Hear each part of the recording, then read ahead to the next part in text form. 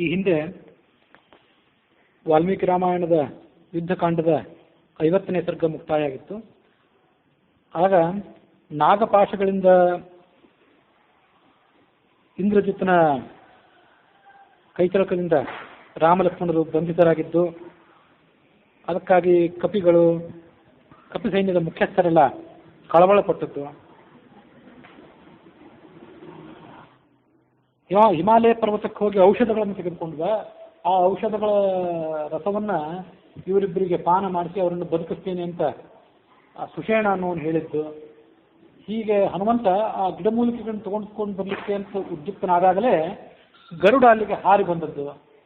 ಈ ಎಲ್ಲ ಘಟನೆಗಳನ್ನ ನಾವು ಶ್ರವಣ ಮಾಡಿದ್ವಿ. ಗರುಡ ಅಲ್ಲಿಗೆ ಬಂದ ಮಾತ್ರಕ್ಕೆ ಅವನ ಸನ್ನಿಧಾನ ಮಾತ್ರದಿಂದ ಆ ನಾಗಪಾಶಗಳೆಲ್ಲ ಹೊರಟು ಹೋದವು. ರಾಮಲಕ್ಷ್ಮಣರು ಹಿಂದಿನಂತೆ ಸ್ವಸ್ಥರಾದರು.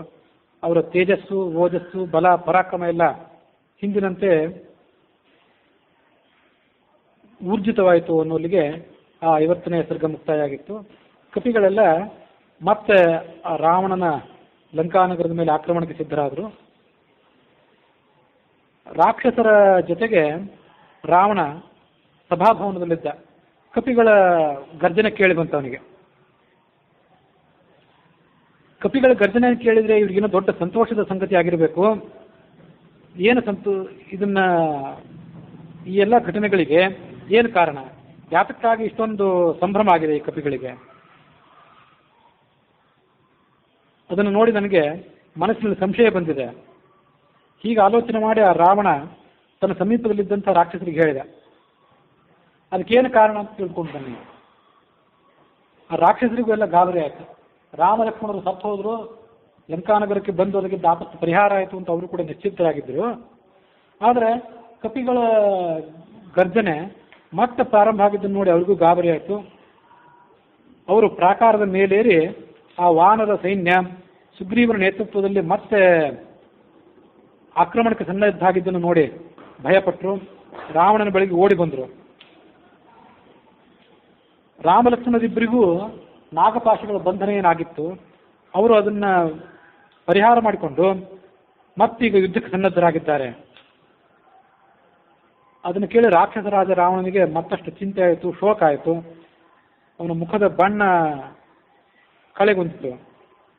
ಇಂದ್ರಜಿತ್ತನ ಬಾಣ ಅಷ್ಟು ಭಯಂಕರ ಆಗಿತ್ತು. ಅಂಥ ಬಾಣಗಳಿಂದ ಆತ ರಾಮಲಕ್ಷ್ಮಣರನ್ನ ಬಂಧನ ಮಾಡಿದ್ದ. ಅಂಥ ಬಾಣಗಳ ಬಂಧನವಾದ ಮೇಲೂ ಕೂಡ ಅದನ್ನು ಅವರಿಬ್ರು ಬಿಡುಗಡೆ ಮಾಡಿಕೊಂಡ್ರು ಅಂದ್ರೆ ಅದರಲ್ಲಿ ಯಾವುದೋ ಅದ್ಭುತವಾದಂಥ ಸಂಗತಿ ಇರಬೇಕು. ನನ್ನ ಇಡೀ ಸಮಸ್ತ ಸೈನ್ಯವೂ ಕೂಡ ಪ್ರಾಣಾಪಾಯದ ಅಂಚಿನಲ್ಲಿದೆ. ಇನ್ನು ನನ್ನ ಸೈನ್ಯವನ್ನು ಕಾಪಾಡುವವರು ಯಾರು? ಹೀಗಾತ ಹೇಳಿ ತನ್ನ ಸಮೀಪದಲ್ಲಿದ್ದಂಥ ಧೂಮ್ರಾಕ್ಷ ಅನ್ನೋ ರಾಕ್ಷಸನಿಗೆ ಹೇಳಿದ. ರಾಕ್ಷಸರ ಸೈನ್ಯವೊಂದನ್ನು ಬೆಂಗಾವಲಾಗಿಟ್ಕೊಂಡು ಈಗಲೇ ರಾಮನ ಮೇಲೆ ದಂಡೆತ್ತಿ ಹೋಗು. ರಾವಣನಿಗೆ ಅಭಿವಾದನ ಮಾಡಿ ಆ ಧೂಮ್ರಾಕ್ಷ ಅಲ್ಲಿಂದ ಹೊರಟ. ಮಹಾದ್ವಾರದ ಬಳಿಗೆ ಬಂದ.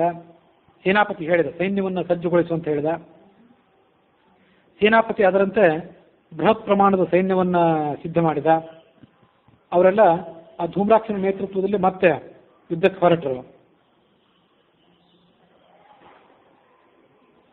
ಆ ಧೂಮ್ರಾಕ್ಷ ಹೊರಗೆ ಬಂದಾಗ ಅವನಿಗೂ ಕೂಡ ಕೆಲವು ಅಪಶಕನಗಳು ಕಂಡು ಬಂದವು.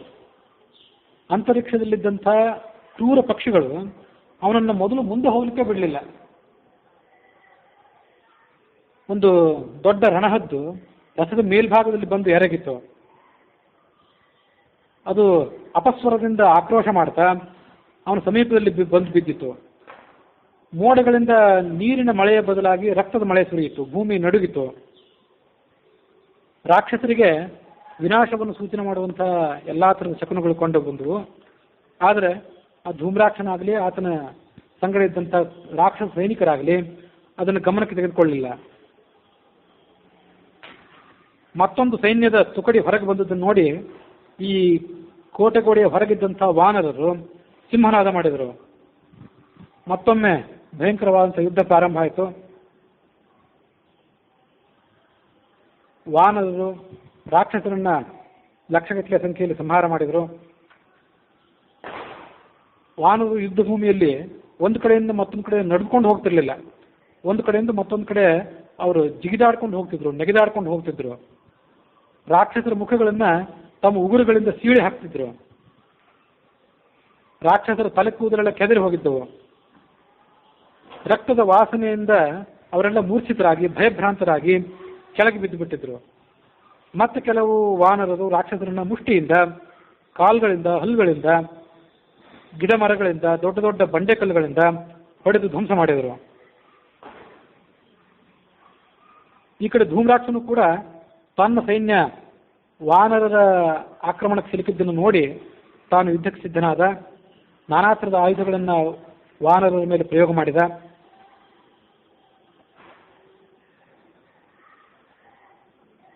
ಆ ಧೂಮ್ರಾಕ್ಷನ ಪರಾಕ್ರಮ ಆ ರಣರಂಗದಲ್ಲಿ ಹೆಚ್ಚಾಗ್ತಾ ಹೋದಾಗ ಆ ಕಪಿಗಳು ಅದನ್ನು ಸಹಿಸದೆ ದಿಕ್ಕಾಪಾಲಾಗಿ ಓಡಿ ಹೋದರು. ಕೆಲವರು ಓಡಿ ಹೋದರು, ಕೆಲವರು ಹೃದಯವೇ ಸೀಳಿ ಹೋಗಿತ್ತು, ಕೆಲವರು ಪೆಟ್ಟು ತಿಂದು ಕೈಕಾಲುಗಳನ್ನು ಕಳೆದುಕೊಂಡು ನೆಲಕ್ಕೆ ಬಿದ್ದಿದ್ದರು. ಕೆಲವರನ್ನ ಆತ ಶೂಲದಿಂದ ಇರದ, ಇನ್ನು ಕೆಲವರನ್ನ ಬಾಣಪ್ರಯೋಗಗಳಿಂದ, ಮತ್ತೆ ಕೆಲವರನ್ನ ಗದಾಪ್ರಹಾರದಿಂದ, ಹೀಗೆ ನಾನಾ ಥರದ ಆಯುಧಗಳಿಂದ ಅವರನ್ನೆಲ್ಲ ಆತ ಧ್ವಂಸ ಮಾಡಿದ. ಹೀಗೆ ಧೂಮ್ರಾಕ್ಷ ಕಪಿಸೈನ್ಯವನ್ನು ಪುಟಿಗಟ್ಟುತ್ತಿರೋದನ್ನು ನೋಡಿ ಹನುಮಂತ ದೊಡ್ಡದೊಂದು ಬಂಡೆಕಲ್ಲನ್ನು ತೆಗೆದುಕೊಂಡು ಆ ಧೂಮ್ರಾಕ್ಷನ ಕಡೆಗೆ ಧಾವಿಸಿದ. ದೊಡ್ಡದೊಂದು ಬಂಡೆಕಲ್ಲನ್ನು ಆ ಧೂಮ್ರಾಕ್ಷನ ರಥದ ಮೇಲೆ ಹಾಕಿದ. ತನ್ನ ರಥದ ಮೇಲೆ ಅದು ಬೀಳೋದನ್ನು ನೋಡಿ ಹೆದರಿದ ಧೂಮ್ರಾಕ್ಷ ತಾನೊಂದು ಗದೆಯನ್ನು ತನ್ನ ಕೈಯಲ್ಲಿ ಹಿಡಿದುಕೊಂಡು ರಥದಿಂದ ಹೊರಗೆ ಹಾರಿದ. ನುಗ್ಗಿ ಬಂದಂತಹ ಬಂಡೆಕಲ್ಲಿನಿಂದ ರಥದ ಚಕ್ರಗಳು, ಅಚ್ಚು, ಕುದುರೆ, ಧನುಸ್ಸು ಇದೆಲ್ಲವೂ ಕೂಡ ನುಚ್ಚು ನೂರಾಯಿತು. ಧೂಮ್ರಾಕ್ಷನ ರಥವನ್ನ ಧ್ವಂಸ ಮಾಡಿದ ಮೇಲೆ ದೊಡ್ಡದೊಂದು ಗಿಡದ ಟೊಂಗೆಯನ್ನು ಹಿಡಿದುಕೊಂಡು ಹನುಮಂತ ಅವನ ಹಿಂಬಾಲಕರ ಸೈನ್ಯವನ್ನು ಕೂಡ ಧ್ವಂಸ ಮಾಡಲಿಕ್ಕೆ ಪ್ರಾರಂಭ ಮಾಡಿದ. ಧೂಮ್ರಾಕ್ಷ ಗದೆಯನ್ನು ತೆಗೆದುಕೊಂಡು ಹನುಮಂತನ ಮೇಲೆ ಧಾವಿಸಿದ. ಹನುಮಂತನ ತಲೆಯ ಮೇಲೆ ತನ್ನ ಗದೆಯನ್ನು ಜೋರಾಗಿ ಅಪ್ಪಳಿಸಿದ. ಆ ಗದೆ ಅಂತಂದ್ರೆ ಸಾಮಾನ್ಯವಾದ ಗದೆ ಅಲ್ಲದು, ಮುಳ್ಳಿನಿಂದ ಕೂಡಿದಂತಹ ಗದೆ ಅದು. ಅಷ್ಟು ಗದಾಪ್ರಹಾರ ಜೋರಾಗಿ ಹನುಮಂತನಿಗೆ ಆಗಿದ್ರು ಆತ ಅದನ್ನು ಲೆಕ್ಕಕ್ಕೆ ತೆಗೆದುಕೊಳ್ಳಿಲ್ಲ. ದೊಡ್ಡದೊಂದು ಪರ್ವತದ ಶಿಖರವನ್ನ ಆ ಧೂಮ್ರಾಕ್ಷನ ತಲೆಯ ಮೇಲೆ ಹಾಕಿದ. ಆತನ ಇಡೀ ಶರೀರ ಛಿನ್ನ ವಿಚ್ಛಿನ್ನವಾಯಿತು. ಪ್ರಾಣ ತೊರೆದು ಆತ ಕೆಳಗೆ ಬಿದ್ದು ಬಿಟ್ಟ. ಆತನ ಜೊತೆಗೆ ಬಂದಿದ್ದಂಥ ಸೈನ್ಯ ವಾನರರ ಹನುಮಂತನ ಹಿಂಸೆಯನ್ನ, ಅವರ ಪರಾಕ್ರಮವನ್ನು ತಾಳದೆ ಅದೆಲ್ಲ ದಿಕ್ಕಾಪಾಲಾಗಿ ಓಡಿ ಹೋಯಿತು.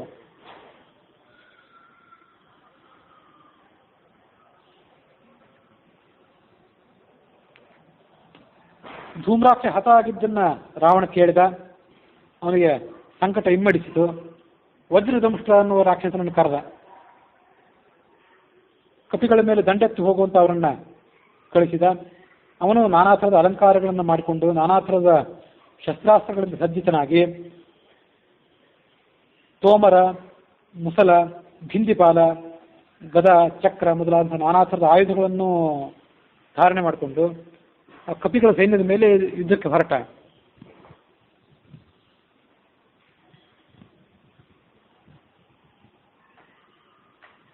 ಈತ ಯುದ್ಧಕ್ಕೆ ಹೊರಟಾಗಲೂ ಕೂಡ ಯುದ್ಧರಂಗದ ಸುತ್ತಮುತ್ತಲಿರುವಂತಹ ಗುಳ್ಳೆ ನರಿಗಳು ವಿಕಾರವಾದಂತಹ ಧ್ವನಿಯಿಂದ ಆಕ್ರೋಶ ಮಾಡಿದವು.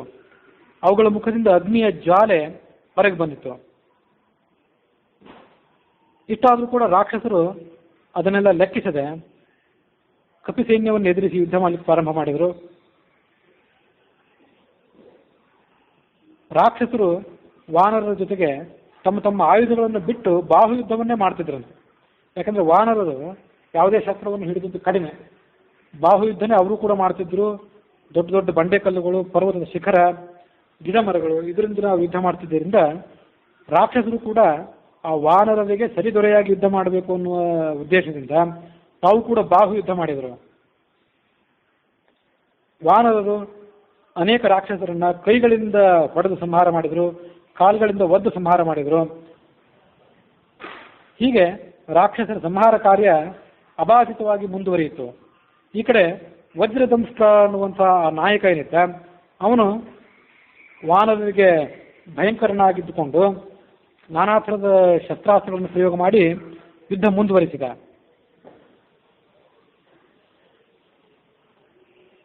ಅವನನ್ನು ಎದುರಿಸಲಿಕ್ಕೆ ಅಂತ ಅಂಗದ ಮುಂದೆ ಬಂದ. ಆ ವಜ್ರದಂಶನ ಹಿಂಬಾಲಕರಾಗಿ ಏನು ರಾಕ್ಷಸರಿದ್ರು ಅವರನ್ನೆಲ್ಲ ಆ ಅಂಗದ ದೊಡ್ಡ ದೊಡ್ಡ ಗಿಡಮರಗಳನ್ನು ಹಿಡಿದು ಕಿತ್ತಿ ಅವರನ್ನು ಸಂಹಾರ ಮಾಡಿದ. ತನ್ನ ಸೈನ್ಯ ಹೀಗೆ ನಾಶಕ್ಕೊಳಗಾಗಿದ್ದು ನೋಡಿ ಆ ವಜ್ರದಂಶನಿಗೆ ಕೋಪ ಮೀರಿತು. ಅವನು ವಾನರ ಸೈನ್ಯದ ಮೇಲೆ ನಾನಾ ಥರದ ಬಾಣಗಳನ್ನು ಪ್ರಯೋಗ ಮಾಡಿ ಅವರನ್ನು ಧ್ವಂಸ ಮಾಡಲಿಕ್ಕೆ ಪ್ರಾರಂಭ ಮಾಡಿದ.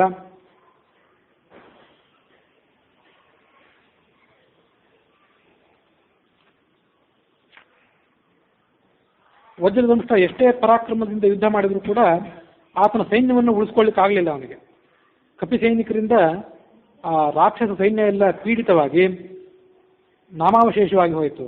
ಅಳಿದುಳಿದವರು ಕೂಡ ಲಂಕಾನಗರದ ಒಳಗೆ ಓಡಿ ಹೋದರು. ಕೈಯಲ್ಲೊಂದು ಧನಸ್ಸನ್ನು ಹಿಡಿದು ಬಾಣಗಳನ್ನು ಹಿಡಿದುಕೊಂಡು ಆತ ಕಪಿ ಸೈನ್ಯದ ಒಳಗೆ ನುಗ್ಗಿ ಆ ಕಪಿ ಸೈನಿಕರನ್ನ ನಾಶ ಮಾಡಲಿಕ್ಕೆ ಪ್ರಾರಂಭ ಮಾಡಿದ. ಕಪಿಗಳ ಮೇಲೆ ಕೆಲವರ ಮೇಲೆ 5 ಬಾಣಗಳನ್ನು, ಕೆಲವರ ಮೇಲೆ 7 ಬಾಣಗಳನ್ನು, ಕೆಲವರ ಮೇಲೆ 8 ಬಾಣಗಳನ್ನು ಪ್ರಯೋಗ ಮಾಡಿದ.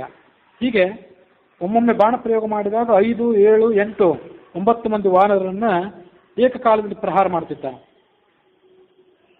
ಕಪಿಗಳೆಲ್ಲ ಆತನ ಪರಾಕ್ರಮಕ್ಕೆ ಹೆದರಿ ತಮ್ಮ ಸೇನಾ ನಾಯಕರಂತ ಅಂಗದನ ಬಳಿಗೆ ಧಾವಿಸಿದರು. ವಜ್ರದಂಶನನ್ನು ಆಗ ಅಂಗದ ಎದುರಿಸಿದ. ವಜ್ರದಂಶ ಏಕಕಾಲದಲ್ಲಿ 1000 ಬಾಣಗಳನ್ನ ಆ ಅಂಗದನ ಶರೀರದ ಮೇಲೆ ಪ್ರಯೋಗ ಮಾಡಿದ. ಈತ ಒಂದು ದೊಡ್ಡ ವೃಕ್ಷವನ್ನ ತೆಗೆದುಕೊಂಡು ಅದನ್ನ ಆ ವಜ್ರದಂಶನ ಮೇಲೆ ಹಾಕಿದ. ಆದರೆ ಆ ವಜ್ರದಂಶ ಸ್ವಲ್ಪನೂ ಗಾಬರಿಗೊಳ್ಳದೆ ಬಾಣಗಳ ಮೂಲಕವಾಗಿ ಆ ವೃಕ್ಷವನ್ನೆಲ್ಲ ಕತ್ತರಿಸಿ ಹಾಕಿದ. ವೃಕ್ಷ ಚೂರು ಚೂರಾಗಿ ನೆಲದ ಮೇಲೆ ಬಿದ್ದುಬಿಟ್ಟಿತು. ಅಂಗದ ಹಿಂಜರಿಯದೆ ದೊಡ್ಡದೊಂದು ಬಂಡೆಕಲ್ಲನ್ನು ತೆಗೆದುಕೊಂಡು ಸಿಂಹನಾದ ಮಾಡಿ ಆ ವಜ್ರದಂಶನ ಮೇಲೆ ಪ್ರಯೋಗ ಮಾಡಿದ. ವಜ್ರದಂಶನ ರಥದ ಮೇಲೆ ಆ ಬಂಡೆಕಲ್ಲು ಬಂದು ಬೀಳುವಾಗ ಆತನು ರಥವನ್ನು ಬಿಟ್ಟು ಹೊರಗೆ ಬಂದು ನಿಂತ್ಕೊಂಡ. ರಥ ಧ್ವಂಸವಾಯಿತು. ಈ ಕಡೆ ಅಂಗದ ಮತ್ತೊಂದು ಪರ್ವತದ ಶಿಖರವನ್ನು ಕೈಗೆತ್ತಿಕೊಂಡು ಅದನ್ನು ವಜ್ರದಂಶನ ತಲೆಯ ಮೇಲೆ ಹಾಕಿದ. ಆತ ಮೂರ್ಛಿತನಾಗಿ ರಕ್ತ ಕಾರಿ ಕೆಳಗೆ ಬಿದ್ದ. ಕೆಲವು ಕಾಲ, ಒಂದು ಮುಹೂರ್ತದವರೆಗೆ ಆತನಿಗೆ ಎಚ್ಚರ ಬರಲೇ ಇಲ್ಲ. ಆತ ಮೂರ್ಛಿತವಾಗಿ ಹಾಗೆ ಬಿದ್ದು ಬಿಟ್ಟಿದ್ದ. ಸ್ವಲ್ಪ ಹೊತ್ತಾದ್ಮೇಲೆ ಆತನಿಗೆ ಎಚ್ಚರ ಬಂತು. ಅವನು ಗದೆಯನ್ನು ಬಿಟ್ಟು ಅವನು ಈ ಅಂಗದನ ಜೊತೆಗೆ ಮುಷ್ಟಿ ಯುದ್ಧವನ್ನೇ ಪ್ರಾರಂಭ ಮಾಡಿದ. ಬುಧ ಗ್ರಹ ಮತ್ತು ಮಂಗಳ ಗ್ರಹದಂತೆ ಅವರಿಬ್ಬರು ಭಯಂಕರವಾಗಿ ಯುದ್ಧ ಪ್ರಾರಂಭ ಮಾಡಿದರು. ಕೊನೆಗೊಮ್ಮೆ ಅಂಗದ ಒಂದು ವೃಕ್ಷವನ್ನು ಕಿತ್ತು ತನ್ನ ಕೈಯಲ್ಲಿ ಹಿಡಿದುಕೊಂಡ. ಆ ಕಡೆ ವಜ್ರದಂಶ ತನ್ನ ಹೊರೆಯಲ್ಲಿದ್ದಂಥ ಖಡ್ಗವನ್ನು ಹೊರಗೆ ತೆಗೆದು ಅದನ್ನು ಹಿಡಿದುಕೊಂಡ.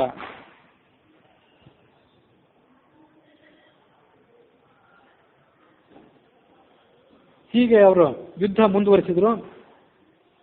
ಸ್ವಲ್ಪ ಹೊತ್ತಾದ್ಮೇಲೆ ಈ ಅಂಗದ ಆ ವಜ್ರದಂಶನ ಕೈಯಲ್ಲಿದ್ದಂಥ ಖಡ್ಗವನ್ನು ಕಿತ್ತುಕೊಂಡು ಅದೇ ಖಡ್ಗದಿಂದ ಅವನ ತಲೆಯನ್ನು ಕತ್ತರಿಸಿದ. ಸೇನಾಪತಿಯಾದ ವಜ್ರದಂಶ ಹತನಾಗಿದ್ದನ್ನು ರಾಕ್ಷಸರೆಲ್ಲ ನೋಡಿ ಹೆದರಿ ಲಂಕಾನಗರದ ಕಡೆಗೆ ಓಡಿ ಹೋದರು.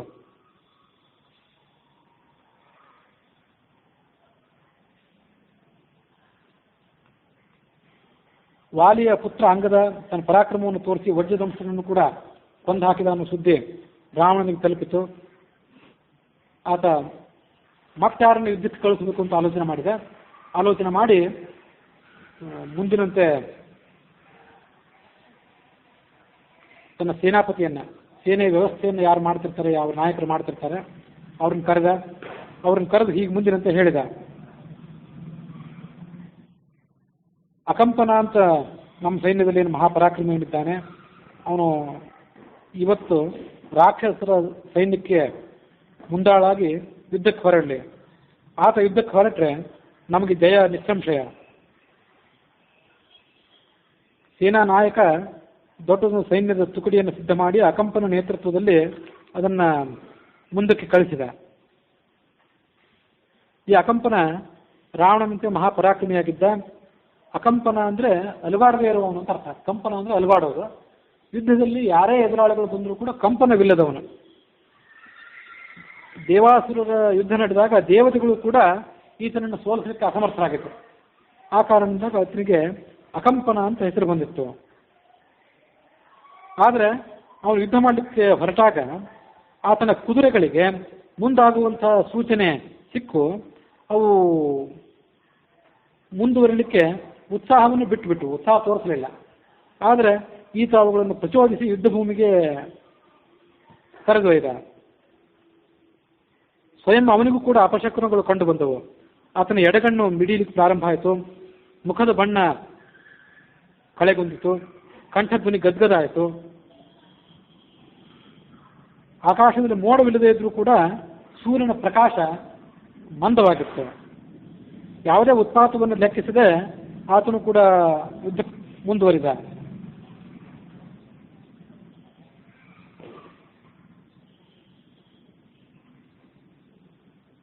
ಹರಿಮೇವ ಸುಸಂಕ್ರುದ್ಧಾ ಹರಯೋ ಜಗ್ನುರಾಹವೇ ರಾಕ್ಷಸಾಶ್ಚಾಪಿ ರಕ್ಷಾಂಸಿ ನಿಜಗ್ನು ಸ್ಥಿಮಿರೇ ತದಾ. ಯುದ್ಧ ಮುಂದುವರೆದಾಗ ಭಯಂಕರವಾದಂಥ ಧೂಳೆದ್ದಿತ್ತು. ಆ ಧೂಳೆದ್ದಾಗ ತಮ್ಮ ಮುಂದಿದ್ದವರು ರಾಕ್ಷಸರು ಕಪಿಗಳು ಅಂತ ಯಾರಿಗೂ ಗೊತ್ತಾಗದಂಥ ಪರಿಸ್ಥಿತಿ ಬಂತು.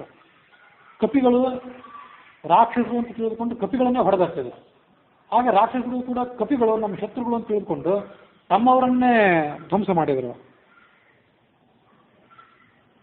ರಕ್ತದ ಕೋಡಿ ಎಲ್ಲ ಕಡೆ ಹರಿಯಿತು. ಮೈಂದ, ದ್ವಿವಿಧ, ನಲ ಇವರೆಲ್ಲ ಕುಪಿತರಾಗಿ ಆ ರಾಕ್ಷಸ ಸೈನ್ಯದ ಮೇಲೆ ಆಕ್ರಮಣ ಮಾಡಿದರು. ತನ್ನ ಸೈನ್ಯ ಕಪಿಗಳ ದಾಳಿಗೊಳಗಾಗಿದ್ದು ನೋಡಿ ಅಕಂಪನಿಗೆ ಕೋಪ ಮೀರಿತು. ಅವನು ತನ್ನ ಸಾರಥಿಗೆ ಹೇಳಿದ, ನಮ್ಮ ಸೈನ್ಯ ಎಲ್ಲಿ ಆಕ್ರಮಣಕ್ಕೊಳಗಾಗಿದೆ ಆ ಜಾಗಕ್ಕೆ ನನ್ನನ್ನು ಶೀಘ್ರದಲ್ಲಿ ಕರೆದುಕೊಂಡು ಹೋಗು. ಈ ವಾನರರನ್ನು ಕಡೆಗಣಿಸುವಂತಿಲ್ಲ. ಎಲ್ಲ ವಾನರನ್ನು ನಾನು ಇವತ್ತು ಧ್ವಂಸ ಮಾಡಿಬಿಡುವವನಿದ್ದೇನೆ. ಹೀಗೆ ಆ ಸೇನಾಪತಿ ಹೇಳಿದಾಗ ಅವನನ್ನು ಆ ಸಾರಥಿ ಯುದ್ಧದ ನಡುರಂಗಕ್ಕೆ ಕರೆದುಕೊಂಡು ಹೋದ. ವಾನರ ನಾಯಕರ ಮೇಲೆ ಆತ ಬಾಣ ಪ್ರಯೋಗ ಮಾಡಲಿಕ್ಕೆ ಪ್ರಾರಂಭ ಮಾಡಿದ. ಎಲ್ಲ ವಾನರರು ಪಲಾಯನ ಮಾಡಿದರು. ವಾನರರಿಗೆ ಅವನ ಎದುರಿಗೆ ನಿಲ್ಲಕ್ಕೆ ಸಾಧ್ಯವಾಗಲಿಲ್ಲ. ಯುದ್ಧ ಮಾಡೋದು ದೂರ ಉಳಿಯಿತು. ಆತನು ಅಷ್ಟು ಪರಾಕ್ರಮಿ ಆಗಿದ್ದ. ಅವನ ಎದುರಿಗೆ ನಿಲ್ಲಕ್ಕೆ ಆಗಲಿಲ್ಲ. ತನ್ನ ಸೈನ್ಯ ದಿಕ್ಕಾಪಾಲಾಗಿದ್ದನ್ನು ನೋಡಿ ಹನುಮಂತ ತನ್ನ ಸೈನ್ಯಕ್ಕೆ ಸಹಾಯ ಮಾಡುವ ಕಾರಣಕ್ಕಾಗಿ ಅಕಂಪನನ್ನು ಎದುರಿಗೆ ಬಂದು ನಿಂತ್ಕೊಂಡ. ಹನುಮಂತ ಸ್ವಯಂ ಯುದ್ಧಕ್ಕೆ ಬಂದದ್ದನ್ನು ನೋಡಿ ಆ ಕಪಿಗಳು ಕೂಡ ಹನುಮಂತನನ್ನು ಸುತ್ತುವರೆದು ನಿಂತ್ಕೊಂಡ್ರು. ವಾನರರಿಗೆಲ್ಲ ವಿಶೇಷವಾದ ಬಲ ಬಂದಂತಾಯಿತು.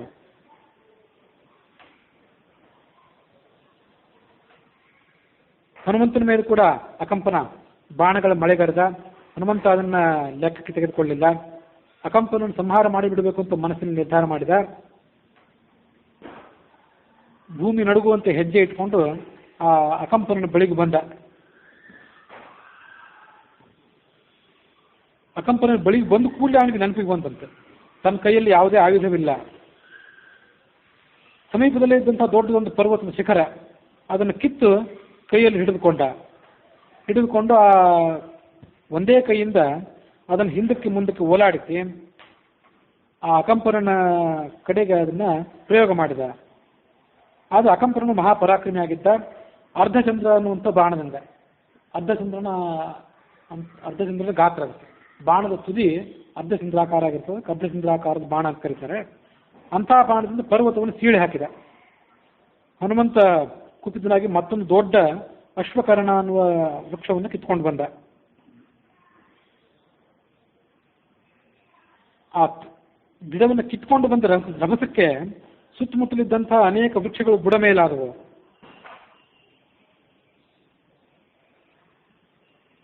ತೆಗೆದುಕೊಂಡು ಬರ್ತಾ ಇದ್ದಾಗಲೇ ಸುತ್ತಮುತ್ತಲಿದ್ದಂತಹ ಅನೇಕ ರಾಕ್ಷಸರನ್ನ ಆ ಅಶ್ವಕರ್ಣ ವೃಕ್ಷದಿಂದ ಅದು ಸಂಹಾರ ಮಾಡಿದ. ಈ ಕಡೆ ಆ ಅಕಂಪನ 14 ಬಾಣಗಳನ್ನು ಹನುಮಂತನ ಮೇಲೆ ಪ್ರಯೋಗಿಸಿದ. ಹನುಮಂತನಿಗೆ ಅದರಿಂದ ಸ್ವಲ್ಪ ಗಾಯವಾಯಿತು. ತನ್ನ ಕೈಯಲ್ಲಿದ್ದಂಥ ವೃಕ್ಷವನ್ನು ಅಕಂಪನನ ತಲೆಯ ಮೇಲೆ ಆತ ಪ್ರಯೋಗ ಮಾಡಿದ. ಅಂತ ದೊಡ್ಡ ವೃಕ್ಷ ತಲೆಯ ಮೇಲೆ ಬಂದು ಬಿದ್ದಾಗ ರಾಕ್ಷಸೇಂದ್ರ ಭೂಮಿಗೆ ಉರುಳಿದ, ಪ್ರಾಣ ಪರಿತ್ಯಾಗ ಮಾಡಿ ಭೂಮಿಗೆ ಉರುಳಿದ. ಈಗಾಗಲೇ ಹನುಮಂತ ನೋಡಿ ಹೆದರಿದ್ದಂಥ ರಾಕ್ಷಸರು ತಮ್ಮ ನಾಯಕನು ಕೂಡ ಭೂಮಿಗೆ ಉರುಳಿದ್ದನ್ನು ನೋಡಿ ಲಂಕಾನಗರದ ಕಡೆಗೆ ಪ್ರಯಾಣ ಮಾಡಿದರು. ಹನುಮಂತ ಅಕಂಪನನ್ನ ಯಶಸ್ವಿಯಾಗಿ ಸಂಹಾರ ಮಾಡಿದ್ದು ರಾಮ ಲಕ್ಷ್ಮಣ ಮೊದಲಾದವರಿಗೆ, ಸುಗ್ರೀವಾದಿಗಳಿಗೆ ತಿಳಿಯಿತು. ಅವರೆಲ್ಲ ಆತನನ್ನ ಪ್ರಶಂಸೆ ಮಾಡಿದರು. ಅಕಂಪನ ವಧೆಯಾಗಿದ್ದು ರಾವಣನಿಗೆ ತಿಳಿದು ಬಂತು. ಅವನಿಗೆ ಚಿಂತೆ ಹೆಚ್ಚಾಯಿತು. ಒಬ್ಬೊಬ್ಬನೇ ಪ್ರಧಾನ ಸೇನಾಪತಿ ಈ ವಾನರ ವೀರರ ಪರಾಕ್ರಮಕ್ಕೆ ತುತ್ತಾಗಿದ್ದು ಆತನ ಗಮನಕ್ಕೆ ಬರ್ತಾ ಇತ್ತು. ದಿನೇ ದಿನೇ ಆತ ಮತ್ತಷ್ಟು ಚಿಂತಿತನಾದ. ಸುತ್ತಮುತ್ತಲಿದ್ದಂಥ ಸಚಿವರ ಕಡೆ ನೋಡಿದ. ಏನು ಮಾಡಬೇಕು ಅಂತ ತನ್ನಲ್ಲೇ ತಾನು ಆಲೋಚನೆ ಮಾಡ್ತಿದ್ದ. ಸಚಿವರ ಜೊತೆಗೂ ಕೂಡ ಸಮಾಲೋಚನೆ ಮಾಡಿದ. ಬೆಳಗಿನ ಸಮಯ ಆಗಿತ್ತು. ಲಂಕಾನಗರದಲ್ಲಿದ್ದಂಥ ಎಲ್ಲ ಸೇನಾ ತುಕಡಿಗಳನ್ನು ತಾನೊಮ್ಮೆ ನೋಡಿ ಬರಬೇಕು ಅಂತ ತಾನೇ ಎದ್ದು ಹೊರಟ.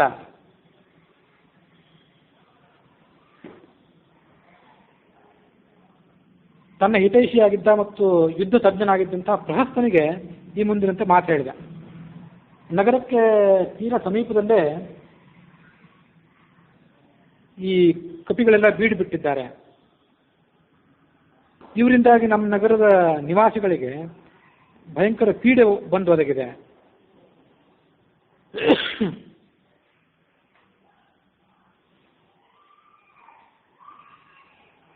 ಇವರ ಪೀಡೆಯನ್ನು ಪರಿಹಾರ ಮಾಡಬೇಕಾದ್ರೆ ಸಾಧಾರಣವಂತ ಯಾವುದೇ ಪರಾಕ್ರಮಿ ಹೋದರೆ ಉಪಯೋಗ ಇಲ್ಲ.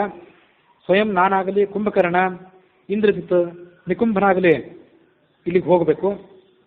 ಆ ಕಪಿಗಳ ಸೈನ್ಯವನ್ನು ಎದುರಿಸಬೇಕು. ಆದರೆ ಅದಕ್ಕಿಂತ ಮೊದಲು ನೀನೊಮ್ಮೆ ಹೋಗಿ ಬಾ ಅಂತ ಪ್ರಹಸ್ತನನ್ನ ಕಳಿಸಿದ. ಆ ವಾನರರು, ಕಪಿಗಳು ಚಂಚಲ ಸ್ವಭಾವದವರು, ನೀತಿ ನಿಯಮ ಇಲ್ಲದೆ ಇದ್ದವರು. ಅದನ್ನು ನೀನು ಗಮನದಲ್ಲಿ ಇಟ್ಕೊಂಡಿರ್ಬೇಕು. ಆದರೆ ಅವರನ್ನು ಕಡೆಗಣಿಸುವಂತಿಲ್ಲ.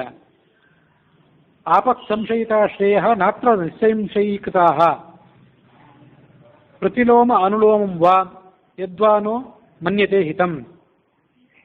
ಯುದ್ಧ ಅಂದರೆ ಅದು ಯಾವತ್ತೂ ಸಂದಿಗ್ಧವಾಗುತ್ತೆ. ಯಾರಿಗೆ ಜಯವೋ ಯಾರಿಗೆ ಅಪಜಯವೋ ಅದನ್ನೆಲ್ಲ ನಿರ್ಧಾರ ಮಾಡೋದು ಕಷ್ಟ. ಮರಣ ಹೊಂದಬಹುದು ಅಥವಾ ಜಯ ಹೊಂದಬಹುದು. ಏನೇ ಆದರೂ ಯುದ್ಧ ಮಾಡೋದೊಂದು ಶ್ರೇಯಸ್ಕರ. ಗೆದ್ದರೆ ಸಂಪತ್ತು, ಮರಣ ಹೊಂದಿದ್ರು ಕೂಡ ಅದು ಶ್ರೇಯಸ್ಸೆ ಕ್ಷತ್ರಿಯರಿಗೆ. ಹಾಗಾಗಿ ಯುದ್ಧ ಬಂದಂಥ ಸಂದರ್ಭವನ್ನು ಯಾವತ್ತೂ ಕೂಡ ತಿರಸ್ಕಾರ ಮಾಡಬಾರದು. ವೀರನಾದವನು ಸ್ವಾಭಾವಿಕವಾಗಿ ರೋಗ ಬಂದು ಮತ್ತೊಂದು ಯಾವುದೋ ಕಾರಣದಿಂದ ಮನೆಯಲ್ಲಿದ್ದುಕೊಂಡು ಸತ್ತರೆ ಅದು ಅವನಿಗಷ್ಟು ಶೋಭೆ ಅಲ್ಲ. ಯುದ್ಧಕ್ಕೆ ಹೋಗಿ ಯುದ್ಧರಂಗದಲ್ಲಿ ಮರಣ ಹೊಂದೋದೇನಿದೆ ಅದೇ ಆತನಿಗೆ ಶ್ರೇಯಸ್ಸು.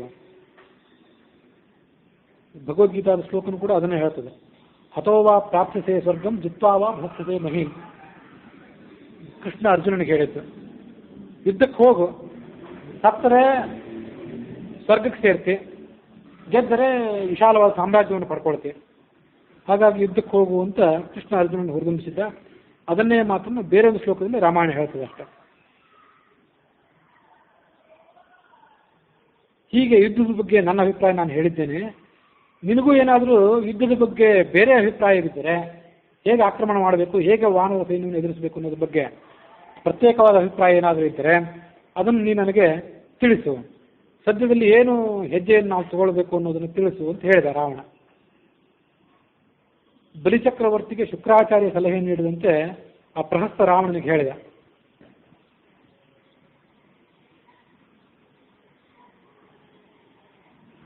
ಹಿಂದೆ ಯುದ್ಧ ಪ್ರಾರಂಭ ಆಗೋದಕ್ಕಿಂತ ಮೊದಲೇ ನಾವೆಲ್ಲ ಒಂದು ಬಾರಿ ಸಮಾಲೋಚನೆ ಮಾಡಿದ್ವಿ. ಆದರೆ ನಮ್ಮಲ್ಲಿ ಏಕಾಭಿಪ್ರಾಯ ಬರಲಿಲ್ಲ. ಎಲ್ಲರೂ ಒಂದೇ ಅಭಿಪ್ರಾಯವನ್ನು ಹೊಂದೋದಲ್ಲಿ ಸಾಧ್ಯವಾಗಲಿಲ್ಲ. ಒಬ್ಬೊಬ್ಬರು ಒಂದೊಂದು ಅಭಿಪ್ರಾಯವನ್ನು ಹೇಳಿದರು. ಕೆಲವರು ಸೀತೆಯನ್ನು ಬಿಟ್ಟುಕೊಟ್ಟು ಶರಣಾಗತಿಯನ್ನು ಹೊಂದಬೇಕು ಅಂತ ಹೇಳಿದರು, ವಿಭೀಷಣ ಮೊದಲಾದವರು. ಇನ್ನು ಕೆಲವರು ಯುದ್ಧವನ್ನೇ ಮಾಡಬೇಕು ಅಂತ ಹೇಳಿದರು. ವಿವಾದವೇ ಬಂದೋದಾಗಿತ್ತು.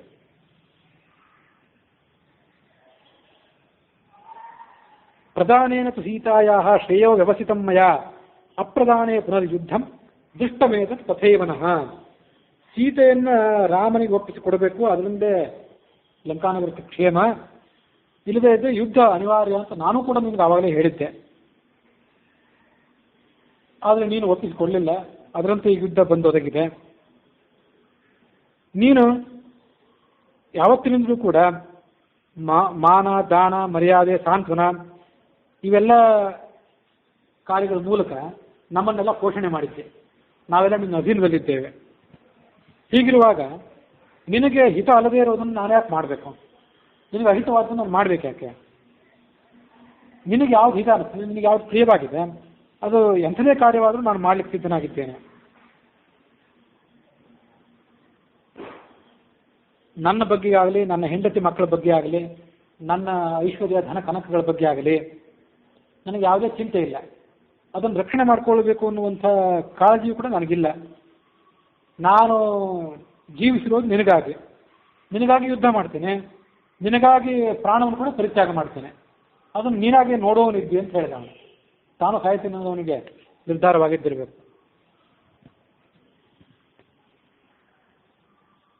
ಹೀಗೆ ಪ್ರಹಸ್ತ ಹೇಳಿ ಸಮೀಪದಲ್ಲಿದ್ದಂತಹ ಸೇನಾಪತಿಗಳಿಗೆ ಹೇಳಿದ, ಸೈನ್ಯವನ್ನು ಸಿದ್ಧ ಮಾಡಿದೆ ಅಂತ ಹೇಳಿದ. ರಾಕ್ಷಸರು ಬ್ರಾಹ್ಮಣರಿಗೆಲ್ಲ ನಮಸ್ಕಾರ ಮಾಡಿದರು. ಯುದ್ಧಕ್ಕೆ ಹೊರಡೋದಕ್ಕಿಂತ ಮೊದಲು ಅವರ ಆಶೀರ್ವಾದ ಪಡೆದುಕೊಂಡ್ರು. ಮತ್ತು ಕೆಲವರು ಯಜ್ಞಗಳನ್ನು ಮಾಡಿದರು. ಅಗ್ನ್ಯಂತರ್ಗತ ಭಗವಂತನನ್ನ ಧ್ಯಾನ ಮಾಡಿದರು. ಹೋಮದ ಗಂಧ ಎಲ್ಲ ಕಡೆ ಪಸರಿಸಿತ್ತು. ಪ್ರಹಸ್ತನನ್ನ 4 ಕಡೆ ಅವರೆಲ್ಲ ಸುತ್ತುವರೆದು ನಿಂತರು. ಯುದ್ಧಕ್ಕೆ ಸಿದ್ಧರಾದರು.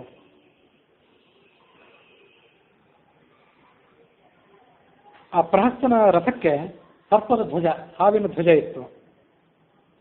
ಲಂಕಾನಗರದಿಂದ ಆತ ಹೊರಗೆ ಬಂದ. ಆ ಪ್ರಹಸ್ತನಿಗೆ ಸಹಾಯಕರಾಗಿದ್ದರು ಕೆಲವರು. ನರಾಂತಕ, ಕುಂಭಹನು, ಮಹಾನಾದ ಮತ್ತು ಸಮುನ್ನತ ಅನ್ನೋರು 4 ಜನ. ಹೀಗೆ ನಾನಾ ಥರದ ವಾದ್ಯಗಳ ಘೋಷದ ನಡುವೆ ಅವರೆಲ್ಲ ಯುದ್ಧಕ್ಕೆ ಮುಂದುವರೆದರು. ಆಕಾಶದಲ್ಲಿದ್ದಂತಹ ಗ್ರಹಗಳು ಕೂಡ ತಮ್ಮ ಸ್ವಾಭಾವಿಕವಾದ ಕಾಂತಿ, ತೇಜಸ್ಸನ್ನು ಕಳೆದುಕೊಂಡಿದ್ದವು.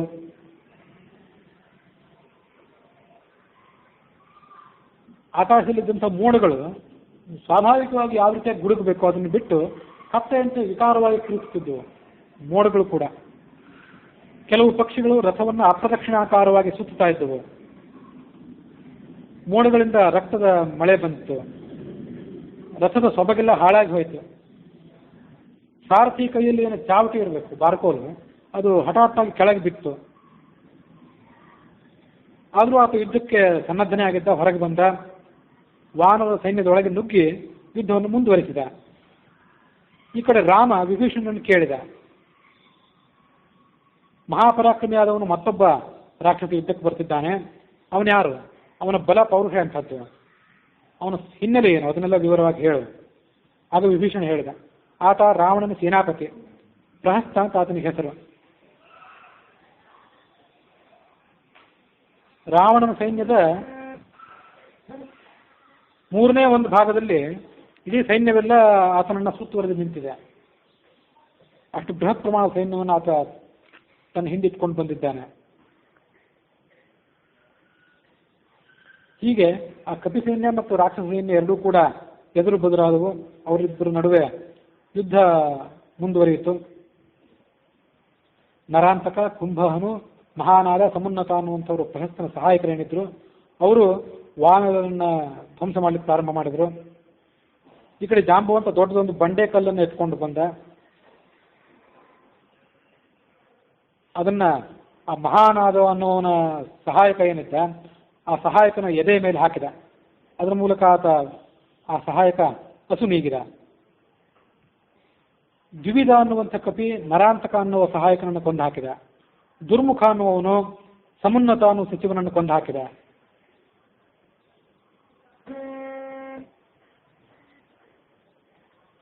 ಕುಂಭಹನು ಅನ್ನುವ ರಾಕ್ಷಸ ಏನಿದ್ದ ಅವನು ಈ ತಾರನ ಜೊತೆ ಯುದ್ಧ ಮಾಡಿದ. ತಾರನ ಜೊತೆ ಯುದ್ಧ ಮಾಡಿ ಪ್ರಾಣಗಳನ್ನು ಪರಿತ್ಯಾಗ ಮಾಡಿದ. ತನ್ನ 4 ಸಹಾಯಕರು ಪ್ರಾಣ ಪರಿತ್ಯಾಗ ಮಾಡಿದ್ದನ್ನು ನೋಡಿ ಆ ಪ್ರಹಸ್ತನಿಗೆ ಅದನ್ನು ಹೇಳ್ಕೊಳ್ಳಿಕ್ಕಾಗಲಿಲ್ಲ. ಸ್ವಯಂ ತಾನು ತನ್ನ ಪರಾಕ್ರಮವನ್ನು ಪ್ರದರ್ಶನ ಮಾಡಲಿಕ್ಕೆ ಪ್ರಾರಂಭ ಮಾಡಿದ. ಅವನ ಪರಾಕ್ರಮಕ್ಕೆ ತುತ್ತಾದವರು, ಅವನ ಬಾಣದ ಏಟಿಗೆ ತುತ್ತಾದವರು ಯಾರೂ ಕೂಡ ಬದುಕಿ ಉಳಿಯುವಂತೆಯೇ ಇರಲಿಲ್ಲ. ಅಂಥ ಶಕ್ತಿಯನ್ನು ಆತ ಯುದ್ಧರಂಗದಲ್ಲಿ ತೋರ್ಪಡಿಸಿದ. ನೀಲ ಆ ಪ್ರಹಸ್ತನನ್ನು ನೋಡಿದ. ಪ್ರಹಸ್ತನಿಗೆ ಹೆದರಿ ಕಪಿ ಸೈನ್ಯ ಎಲ್ಲ ಓಡಿ ಹೋಗ್ತಿದ್ದನ್ನು ಕೂಡ ಗಮನಿಸಿದ. ಅವನಿಗೂ ಚಿಂತೆ ಆಯಿತು. ಆ ನೀಲ ಅಲ್ಲಿಂದ ಮುಂದೆ ಬಂದ, ಆ ಪ್ರಹಸ್ತನನ್ನು ಎದುರಿಸಿದ. ನೀಲನ ಮೇಲೆ ಬಾಣಗಳ ಮಳೆಗರೆದ ಆ ಪ್ರಹಸ್ತ. ಅವೆಲ್ಲ ನೀಲನನ್ನು ಸೀಳ್ಕೊಂಡು ಹೊರಗೆ ಬಂದವು, ಬಾಣಗಳು ಹೊರಗೆ ಬಂದು ಭೂಮಿಯ ಮೇಲೆ ಬಿದ್ದವು. ಆದರೆ ನೀಲನಿಗೆ ಏನೂ ಆಗಲಿಲ್ಲ. ದೊಡ್ಡದೊಂದು ವೃಕ್ಷವನ್ನು ಕಿತ್ಕೊಂಡು ಬಂದು ಆ ಪ್ರಹಸ್ತನನ್ನು ಪ್ರಹಾರ ಮಾಡಿದ. ಆದರೆ ಅವನು ಅಲುಗಾಡಲಿಲ್ಲ. ಪ್ರಹಸ್ತನ ಬಾಣದ ಮಳೆಯನ್ನು ತಪ್ಪಿಸ್ಕೊಳ್ಳಿಕ್ಕಾಗಲಿಲ್ಲ ನೀಲನಿಗೆ.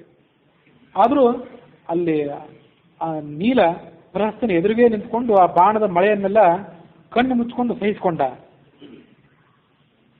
ಮಳೆಗಾಲದ ಬೃಹತ್ ಪ್ರಮಾಣದ ಮಳೆ ಬರ್ತಿದ್ದಾಗ ಹೋರಿ, ಯಾವುದೋ ಸಾಮಾನ್ಯ ಪ್ರಾಣಿ ಆಗಿದ್ರೆ ಆ ಮಳೆಯ ಹೊಡೆತಕ್ಕೆ ಹೆದರಿ ಎಲ್ಲೋ ಮಳೆ ಬೀಳದಂಥ ಪ್ರದೇಶಕ್ಕೆ ಹೋಗಿ ನಿಂತ್ಕೋತದೆ. ಹೋರಿಗೆ ಮಳೆ ಬಂದರೂ ಬೆಂಕಿ ಬಂದರೂ ಏನೋ ಯಾವುದಕ್ಕೂ ಭಯ ಇಲ್ಲ. ಅದಕ್ಕೆ ಕಣ್ಣು ಮುಚ್ಕೊಂಡು ನಿಂತಲ್ಲೇ ನಿಂತಿರ್ತದೆ ಹೋರಿ. ಅದರಂತೆ ದೊಡ್ಡದೊಂದು ವೃಷಭದಂತೆ ಆ ನೀಲ ನಿಂತಲ್ಲೇ ನಿಂತ್ಕೊಂಡಿದ್ದ. ಆ ಬಾಣದ ಪ್ರಹಾರವನ್ನೆಲ್ಲ ತಪ್ಪಿಸ್ಕೊಂಡು ಆದಮೇಲೆ ಕೊನೆಗೊಂದು ಸಾಲ ವೃಕ್ಷವನ್ನು ತೆಗೆದುಕೊಂಡು ಆ ಪ್ರಹಸ್ತನ ಕುದುರೆಗಳಲ್ಲಿ ಧ್ವಂಸ ಮಾಡಿದ.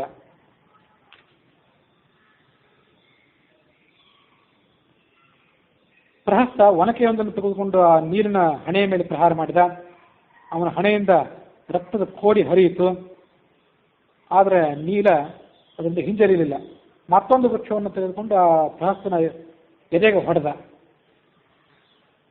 ಹೀಗೆ ಗದೆ, ಒನಕೆ, ವೃಕ್ಷ ಮೊದಲಾದ ನಾನಾ ಥರದ ಆಯುಧಗಳನ್ನು ಅವರು ಪರಸ್ಪರ ಪ್ರಯೋಗ ಮಾಡಿಕೊಂಡ್ರು. ನೀಲ ದೊಡ್ಡದೊಂದು ಬಂಡೆಕಲ್ಲನ್ನು ತೆಗೆದುಕೊಂಡು ಆ ಪ್ರಹಸ್ತನ ಮೇಲೆ ಹಾಕಿದ. ಈ ಬಂಡೆಕಲ್ಲಿನ ಏಟಿಗೆ ಆ ಪ್ರಹಸ್ತನ ತಲೆ ನುಚ್ಚು ನೂರಾಗಿ ಹೋಯಿತು. ಅದಂತೆ ಆತನ ಪ್ರಾಣ ಪಕ್ಷಿನೂ ಕೂಡ ಹಾರಿ ಹೋಯಿತು. ಆತನ ಇಡೀ ಶರೀರವು ರಕ್ತ ಮಾಂಸಗಳ ಮುದ್ದೆಯಾಗಿ ನೆಲದ ಮೇಲೆ ಬಿದ್ದು ಹೋಯಿತು. ಮತ್ತೊಬ್ಬ ಸೇನಾಪತಿ ಧರೆಗೆ ಉರುಳಿದ ನೋಡಲಿಕ್ಕಾಗದೆ ರಾಕ್ಷಸರ ಸೈನ್ಯ ಯುದ್ಧೋತ್ಸಾಹವನ್ನು ಕಳೆದುಕೊಂಡು ಲಂಕಾನಗರದ ಒಳಗೆ ಪ್ರವೇಶ ಮಾಡಿತು ಅನ್ನುವಲ್ಲಿಗೆ ವಾಲ್ಮೀಕಿ ರಾಮಾಯಣದ ಯುದ್ಧಕಾಂಡದ 58ನೇ ಸರ್ಕ ಮುಕ್ತಾಯ ಆಗಿದೆ.